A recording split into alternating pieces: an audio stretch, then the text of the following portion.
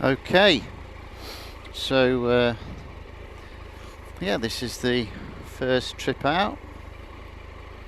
Just getting myself sorted. Yeah, first trip out with the Ghost XL camera. Yeah, a couple of like little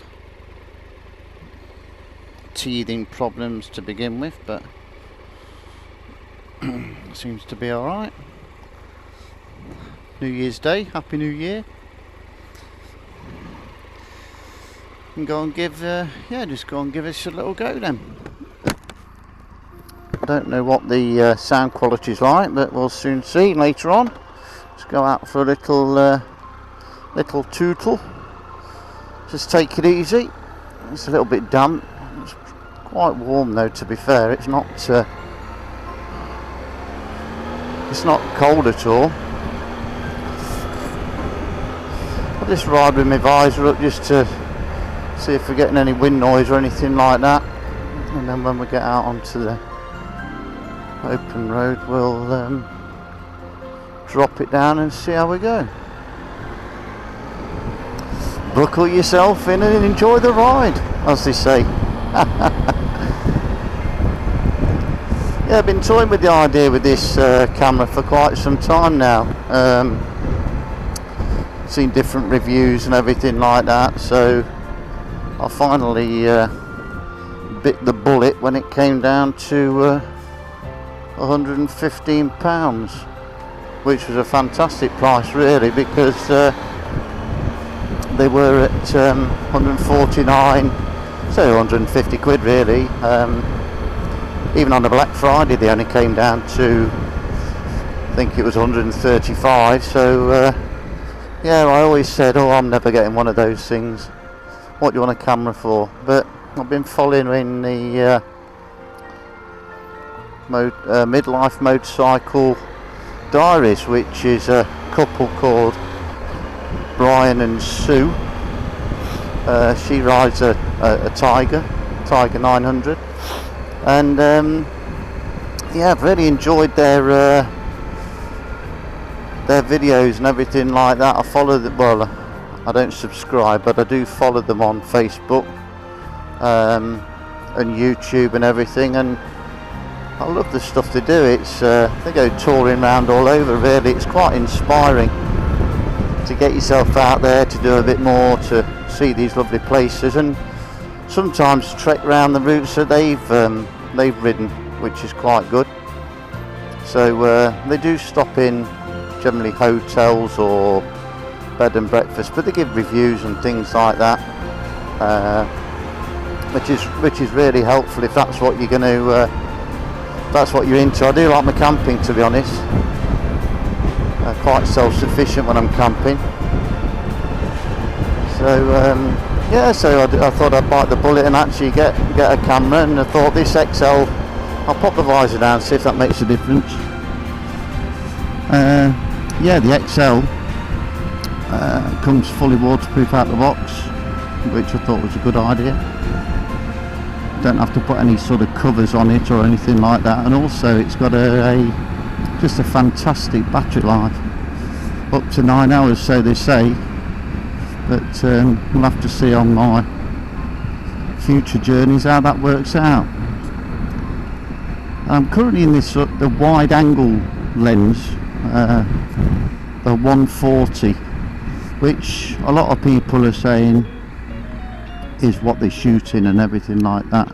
I don't know whether it gives a bit of a fisheye look to the video.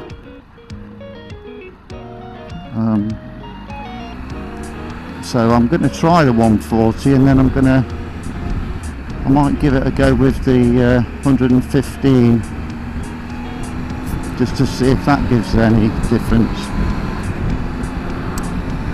But yeah,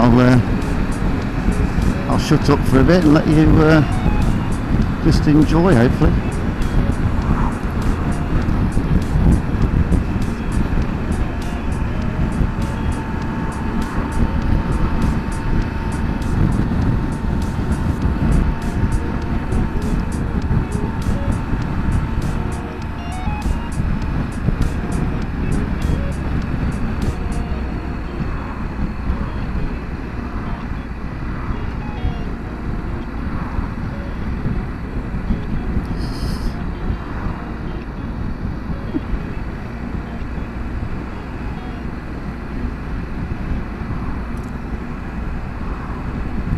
Might just do a little test with the visor and everything like that. That's with it shut, and then that's with it open. I'm sure there is quite a bit of difference with that. Don't know whether the wind noise is coming through, but to be fair, the position of the microphone is quite near my chin, so it's quite protected, I think, by the bottom of the helmet. And that's with it shut, so we'll see how the difference is there.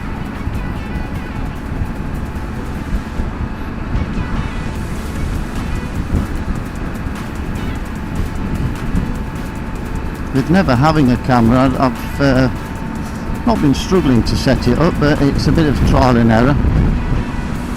And then once I think I've got the right position, I think I'll just put a little mark on the side. There is an adjustable bracket.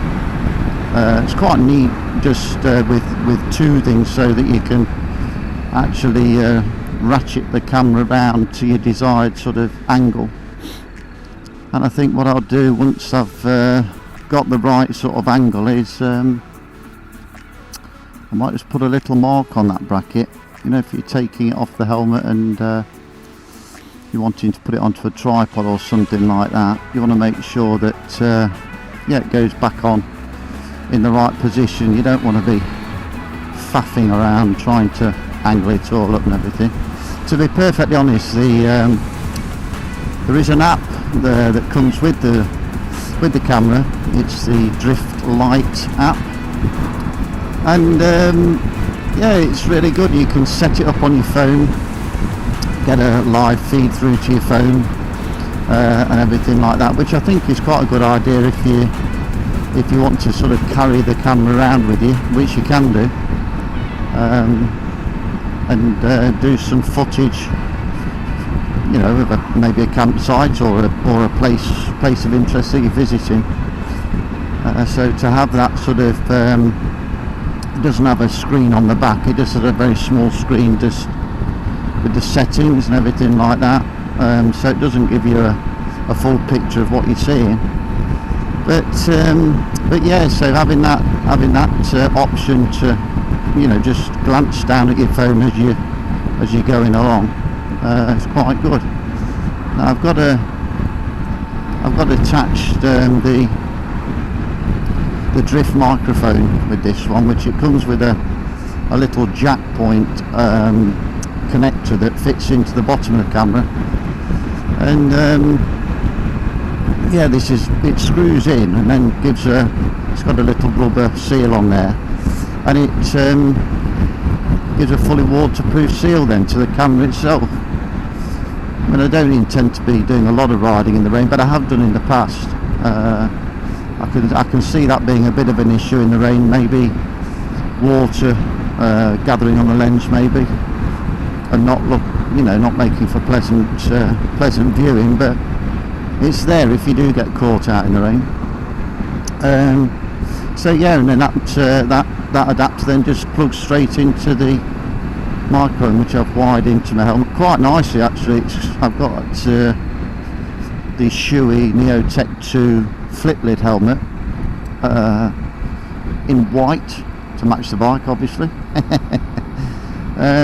But yeah, I found it quite easy. I've got a Cardo Freecon 4 intercom wired into that as well, so I was able to run the microphone right the way down the mic for the Freecon, and it does fit quite discreetly when I've not got the camera on the helmet. The plug adapter just fits quite discreetly up at the side. It doesn't dangle down or anything, and you can't see it. Just tuck it away, and it's quite good. So yeah, all in all, I'm quite happy with that. It's just the how it looks obviously after this ride. Okay, bit more of an update in a bit, I think.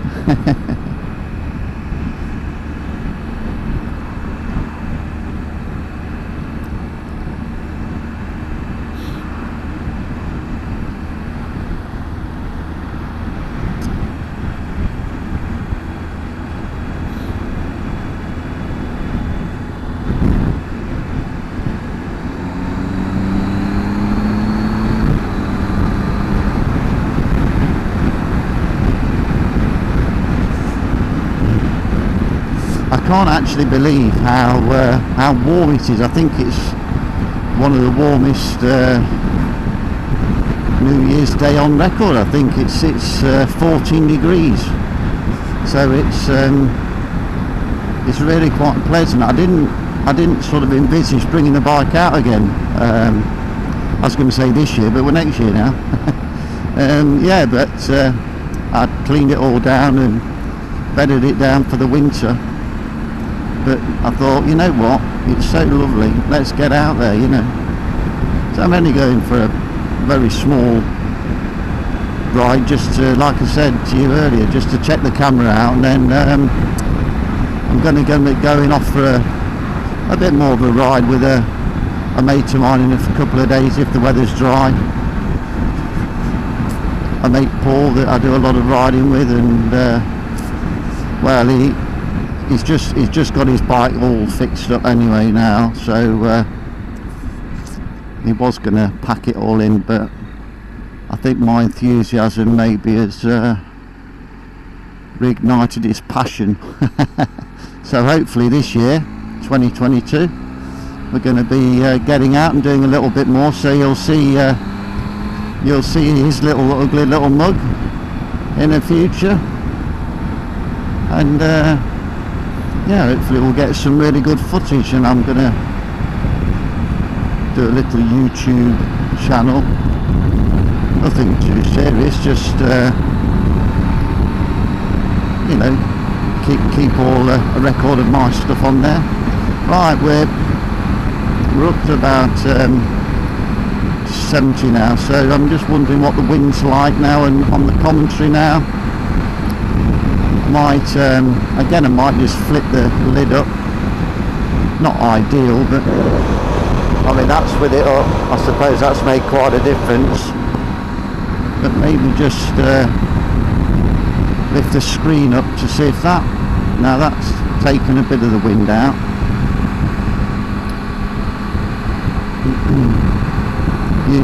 Lovely little function that is with the Tiger 1200 XRT. That being able to just pop that screen up on the fly with your thumb is a fantastic addition, I think. Triumph got that brilliant, and also really the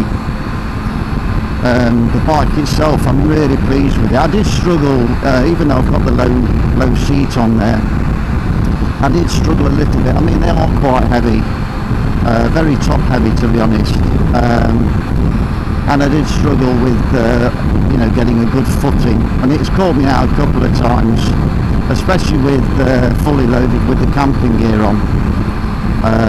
I have been over once, luckily I didn't damage anything too major, so I decided to put the Lust Racing lowering kit on, a couple of little dog bones that you can put onto the rear suspension.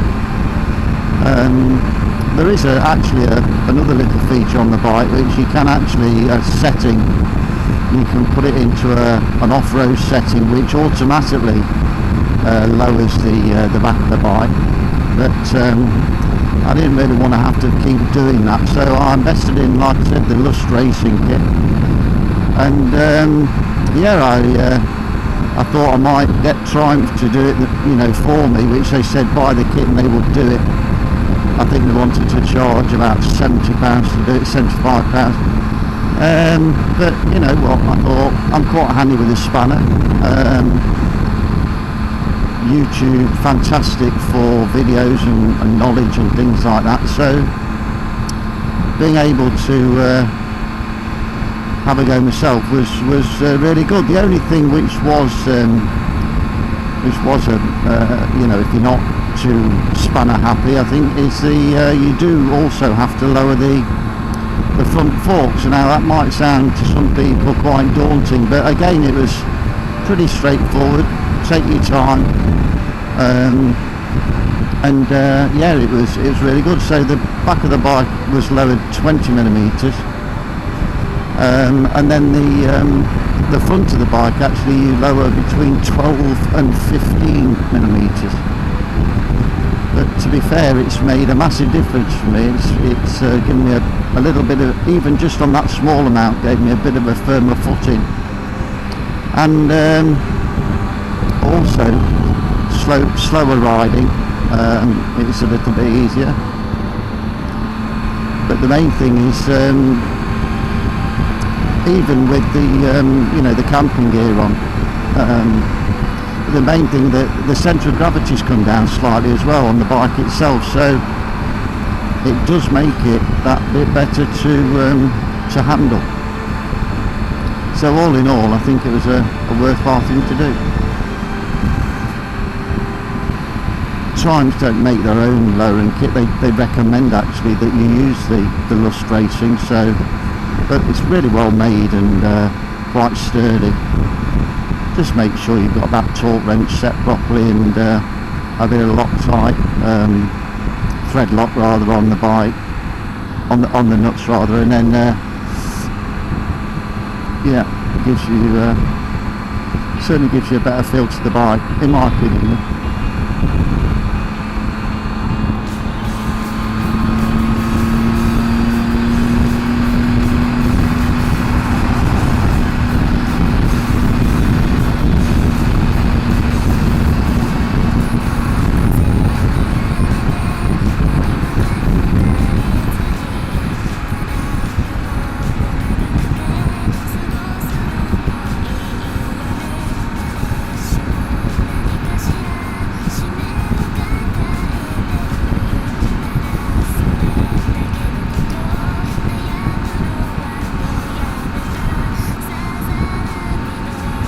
Now we'll just bring this screen down now, so it's just down there. It's a double flip and a little height adjuster. I don't know if you can see that down there, and that's it.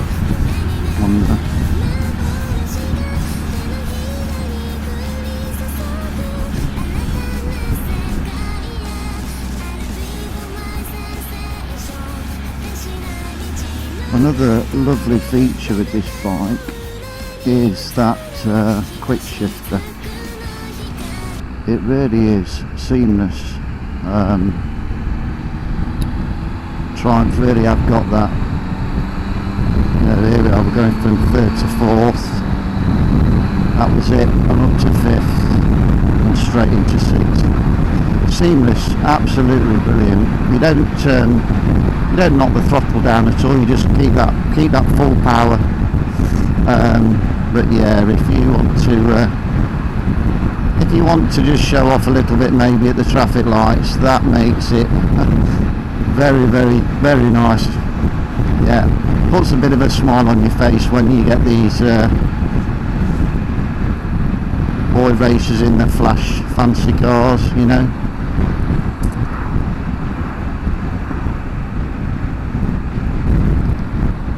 It's looking a bit more overcast now. Like I said earlier, I'm not going to go for anything too mental. Just whole point is a little trial for the camera.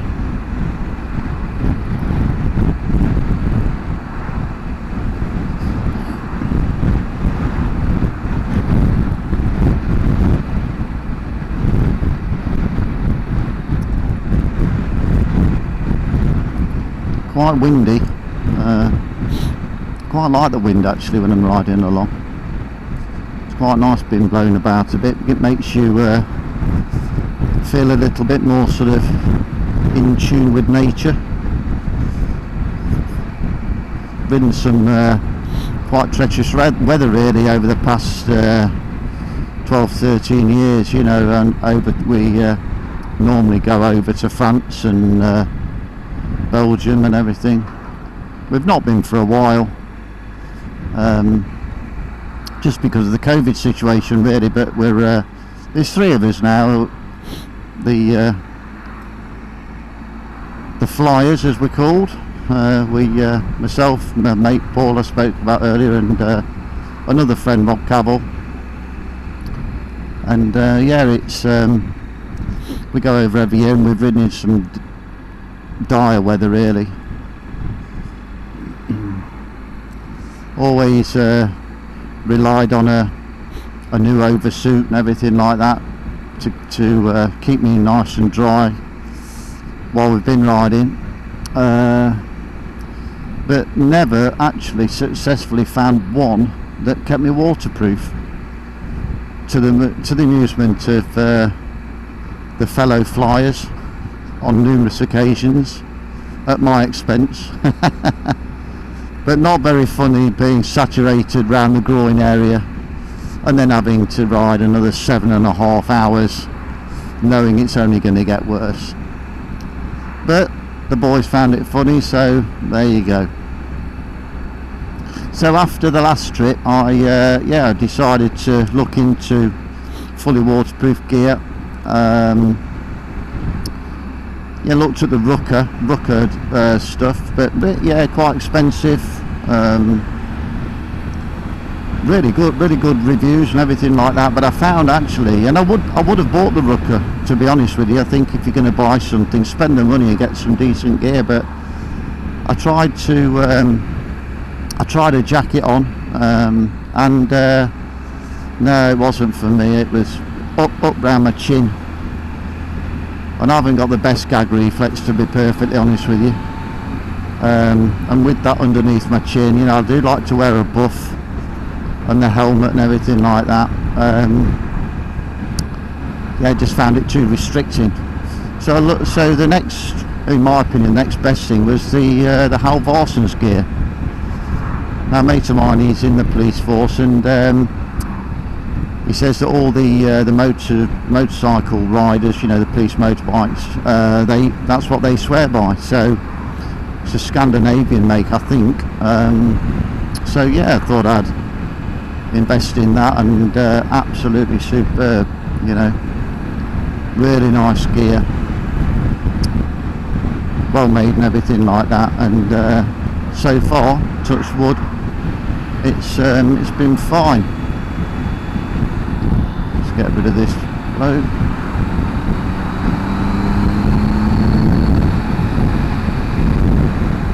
But I've not really, I've been out quite a bit on showers and things like that, but nothing like we've been out in before. So I might get to try that out again when we finally get back over to France and stuff. I mean, journeys like that, once you book them and you've paid for everything, you're going to go whatever the weather, which we always have done.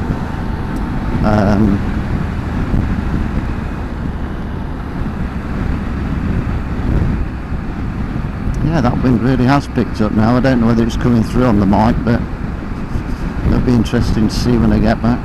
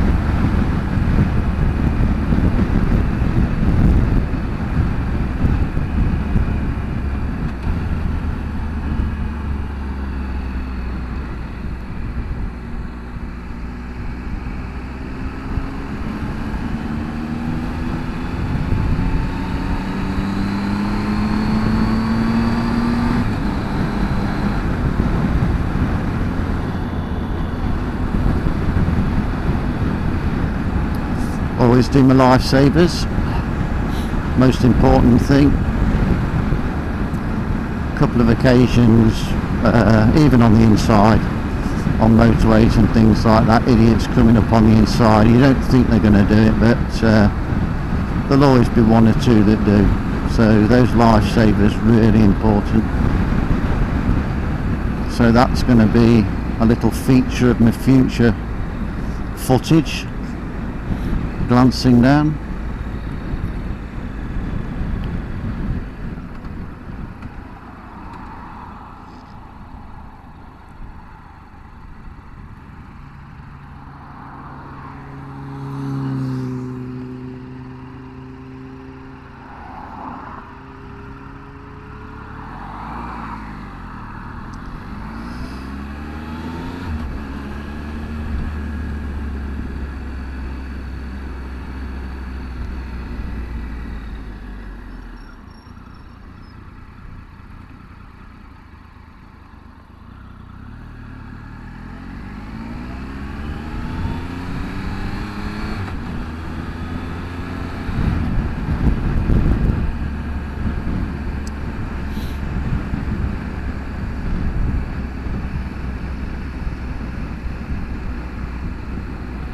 Bit of sun up there, breaking through. Said it was going to stay dry, so a little bit damp on the road itself, but it said it was going to stay dry. So I'm hoping I've not got too much on the bike to clean off. There's a couple of days and going to be back out there anyway. So I don't think they've been salting the roads at all, so I think I'll be okay for a couple of days.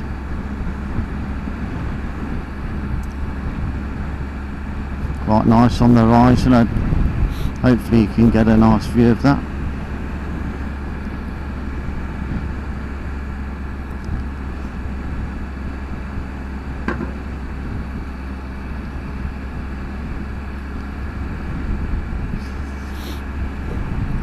Oh hello, somebody got a bike for Christmas.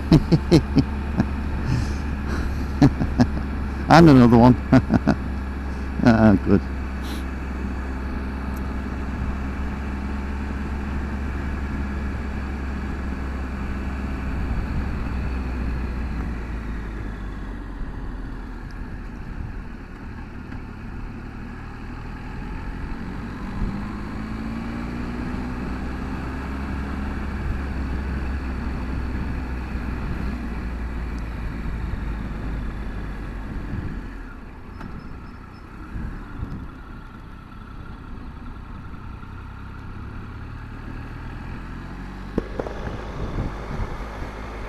Yeah, it's bringing it back now, and hello, helping Dad out.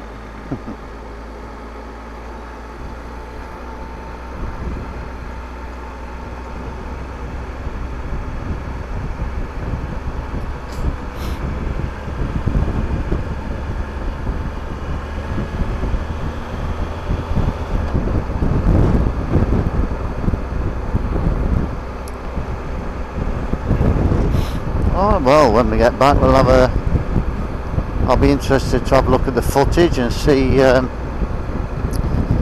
what the first outing's like. Hopefully, not bored you too much, but yeah, that's it really. It's been hopefully quite a successful little bit of footage.